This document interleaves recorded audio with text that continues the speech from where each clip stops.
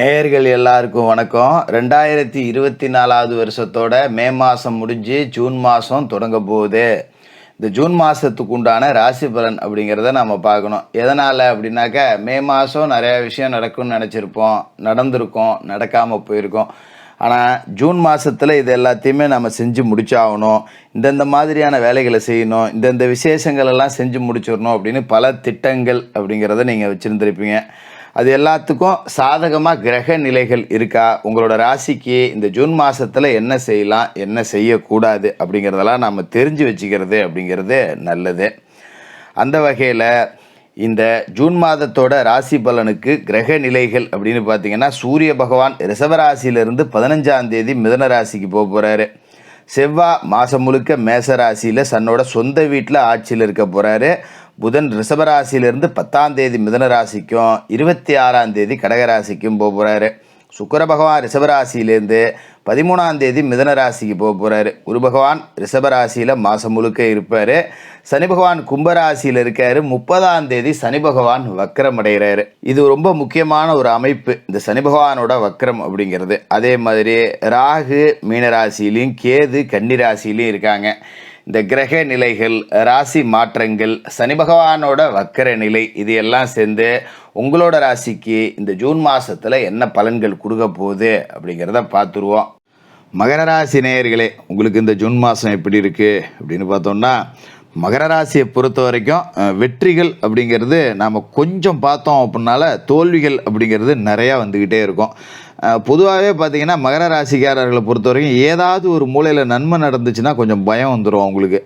என்னடா நம்ம வாழ்க்கையில் இப்படி நல்லதே நடக்காத, வெறும் கெடுதல் தானே நடக்கும், இது என்னடா புதுசாக நல்லதெல்லாம் நடக்குது அப்படிங்கிற மாதிரி பயம் இருக்கும். ஏன்னா அந்த அளவுக்கு ஜானியேறி முளம் சறுக்குன வரலாறு தான் மகர ராசிக்காரர்களை பொறுத்த வரைக்கும் கடந்த ஒரு 6 வருஷமாக நடந்துக்கிட்டு இருக்கு.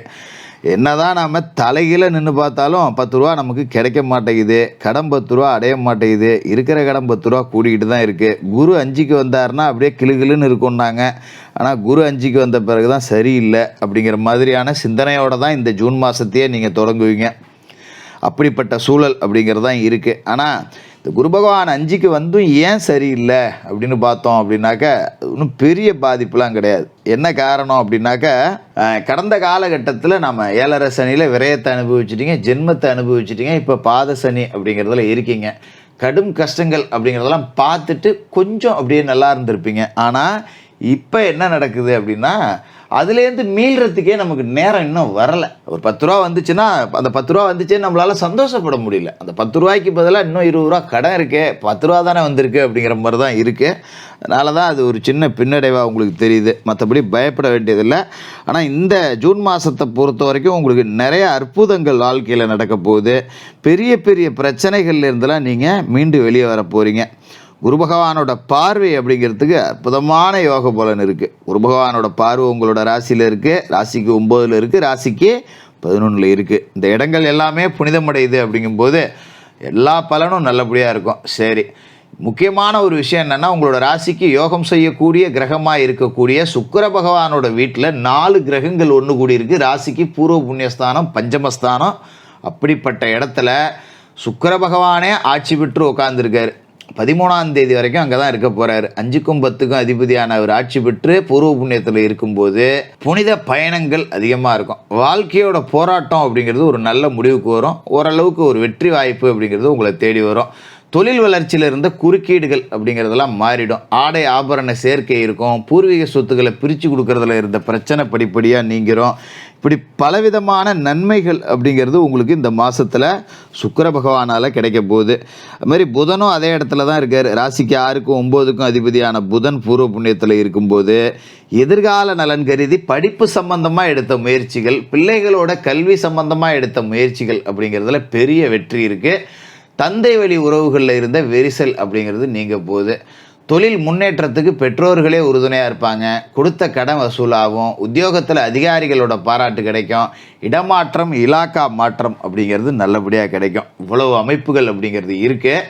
அதே மாதிரி மாத தொடக்கத்தில் பார்த்தீங்கன்னா மேசராசியில் செவ்வாய் ஆட்சி பெற்று உட்காந்துருக்கார். சுகாதிபதி சுகஸ்தானத்திலே ஆட்சி பெற்று இருக்கிற நேரத்தில் கொஞ்சம் உடம்பு பிரச்சனை நல்லாகி ஒரு தைரியத்தோடு இருப்பீங்க. ஏன்னா நம்ம கடந்த காலகட்டத்தில் இந்த ஜென்ம சனியால் உடம்பு கொஞ்சம் பாதிப்பு கொடுத்துருக்கோம். அடித்து போட்டாப்புல இருக்கும். எந்த ஒரு வேலையிலையும் வந்து ஒரு இன்ட்ரெஸ்ட் இல்லை.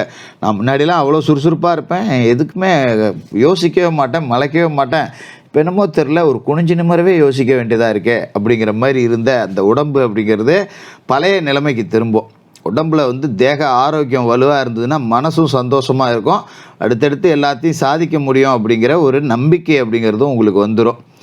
ராசிக்கு லாபாதிபதியாகவும் செவ்வாய் இருக்கிறதால தொழிலையும் எதிர்பார்த்த லாபம் அப்படிங்கிறது கிடைக்கும். அது மாதிரி என்றைக்கோ வாங்கி போட்டால் ஒரு இடம் இப்போ நல்ல விலைக்கு விற்கும். ஏன்னா லாபஸ்தானத்தில் பூமி காரகன் செவ்வாய் வந்து அதிபதி. அப்படிப்பட்ட அவர் இப்போ சுகஸ்தானத்தில் ஆட்சி பெற்று உட்காந்துருக்கார். அது நல்ல அமைப்பு தான்.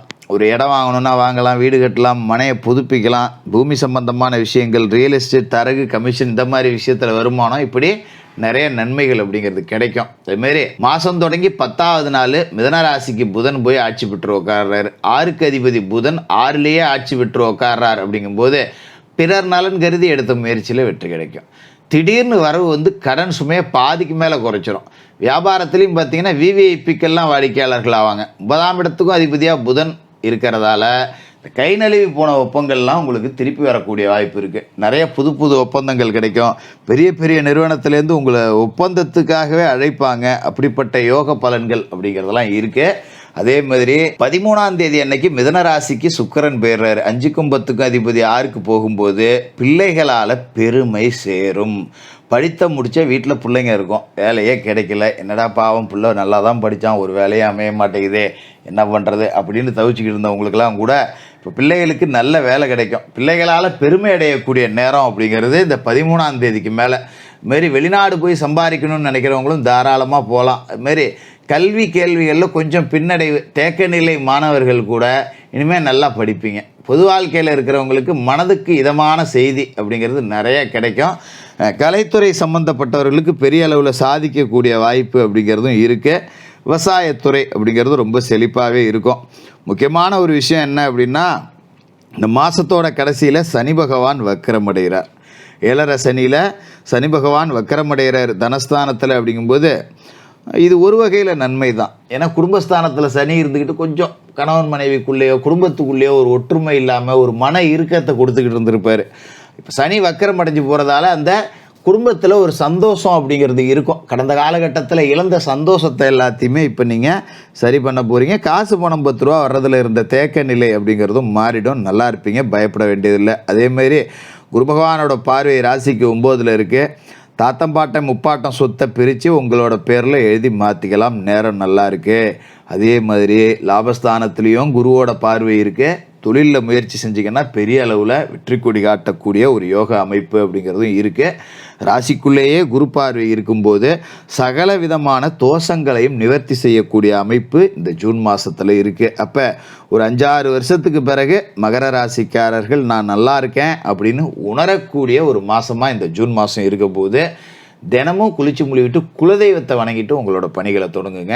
சனிக்கிழமையில் சனி பகவானுக்கு தீபம் ஏற்றி சாதத்தை நைவேத்தியமாக படைச்சி காக்கைக்கு அன்னம் விட்டுட்டு மாற்றுத்திறனாளிகள், திருநங்கைகள் இவங்களுக்கு உங்களால் முடிஞ்ச உதவிகள் அப்படிங்கிறத செஞ்சுக்கிட்டு வாங்க. ரொம்ப அற்புதமான ஒரு மாதமாக இந்த ஜூன் மாதம் இருக்கும் மகர ராசிக்காரர்களுக்கு.